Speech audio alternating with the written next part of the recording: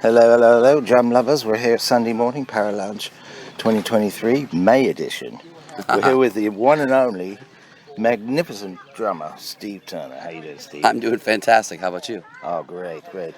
I was a little under the weather yesterday because I didn't get enough sleep, but other than that, very well. And here with some magnificent drummers like yourself, it's just an amazing experience to drum right next to you, which I was Thank last you. night. It was a really good time. Everyone was listening to each other. We were grooving for sure. Mm-hmm. And you have some amazing techniques to teach people. Tell us a little bit about yourself. I have been drumming for about 35 years. Mm-hmm. I have been blessed enough to travel all over the country with my drums. I play in a couple different bands. I went to college for music. College for music. I went to college for jazz percussion, jazz drum set. Okay. And classical. Do you know how percussion. to read music? Yes, I do. And write it. Yes. Mm-hmm. I don't do much actual writing of music. I'm more of an improv. To when I make music, I improvise more. Okay. But I've written a few tunes. Do you think that really helps you as a drummer to have gone to college for music? Yes, I do. But I also don't think it's necessary. I don't think that if you don't go to college that you can't find a way to express yourself amazingly. Mm-hmm. It certainly gave me a lot more tools and a lot more rules that I could break when it comes to music. But I wouldn't say it's a necessity, but it worked really well for me. But it gave me a structure in order to be able to move around inside the music once I have an understanding of it. 35 years or so ago, eh? Yeah. Mm-hmm. How you got started in drumming? Where was that at? When I got started? Where? Yeah. I was 4 years old, and I looked at my dad, and I told him I was went to college for 4 years old? No. Well, I started drumming when I was 4 years old. Okay. And I drummed on everything. I told my dad I was going to grow up and be a bongo player, and I'm stubborn or stupid.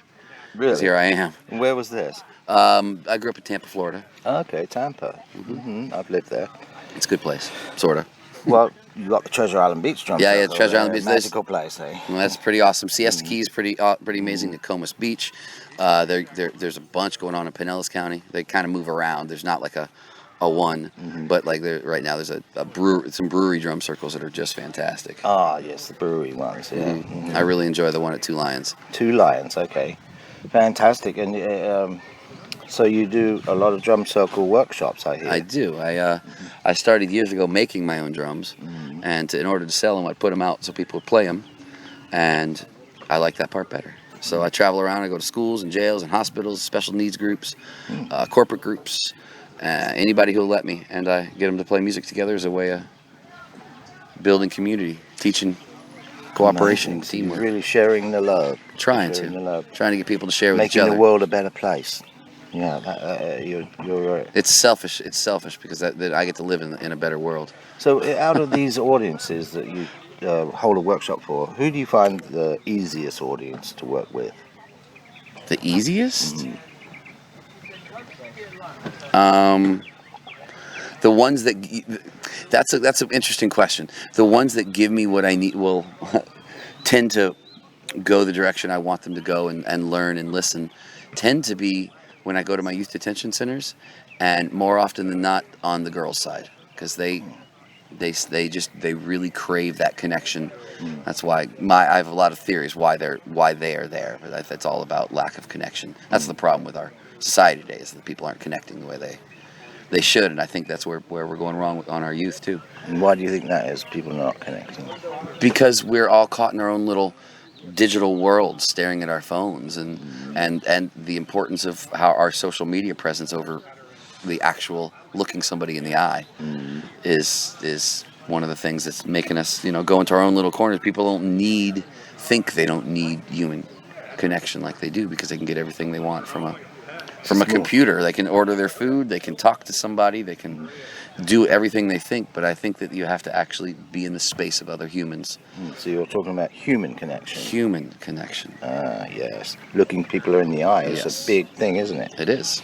And to connect with that person. It's a big part of my program. I don't know if you were there yesterday. I was like 3 times in the program. I said, now find somebody, look at somebody who's looking at you, make music with them. Okay. Look at somebody who's looking at you.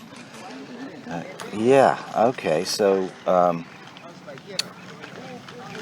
I wasn't there yesterday because I was feeling a bit under. Oh, yeah, for the morning workshop, that's okay. Yeah, that's a big. Oh, and I was on the gate. That's right. Oh, there you go. Yeah, that's a big part of what I push. It's to me, the drum circle when I facilitate, it's not about learning how to do chops. It's not all about learning how to play fast.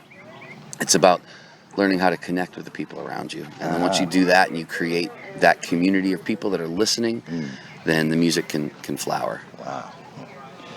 That's a great answer to that question. And so the easiest groups are the ones that connect with each other more. That are willing to connect for me. Okay, what are the hardest groups that you have to work with? Adults. I prefer not all adults. Sometimes some of my adults are great, but a lot of the adults think that they've grown past the need to play, and that's where they're wrong. People always need to play. Whether it's, I'm not talking about necessarily drums, but that sense of play. Yeah. And connection and play with each other, connecting with each other through play. Mm-hmm. And adults get this idea that we're taught that we're not supposed to do that anymore. It's childish, and I find that to be a problem. Yes, indeed. Play more. I actually was an assistant sports director at a girls' camp up in New York State. It's called Camp Wayne for Girls, and in the newsletter I put a little poem about rekindling the spirit of play. So that's exactly what I'm trying to do. And grown-ups have the hardest time getting there because they think they aren't supposed. We've been teaching them their whole lives. They're not supposed to. You got to grow up and do grown-up things. Do you recommend ball sports too? Any opportunity where people can get out there, look at each other and laugh together and do something fun. Enjoy themselves, and not in an unproductive way. Yes. Well, it's certainly a pleasure to have you in our state, state of Florida. I'm sure you're a proud Floridian. I am born and raised, grew up here my whole life. And we hope to see more of you in the near future. I hope I get to too. Thank you so much for taking the time to interview me. Great interview. You have a lot to say in a short amount of time. Well, hopefully I didn't get too wordy for you. You didn't. Think you. I did? Good. You didn't. I think you did. I got to get a picture though. Okay, yeah. And also find out when your birthday is. August 17th. Oh, okay. Leo. Big old Leo. All right. Just tell me I'm pretty.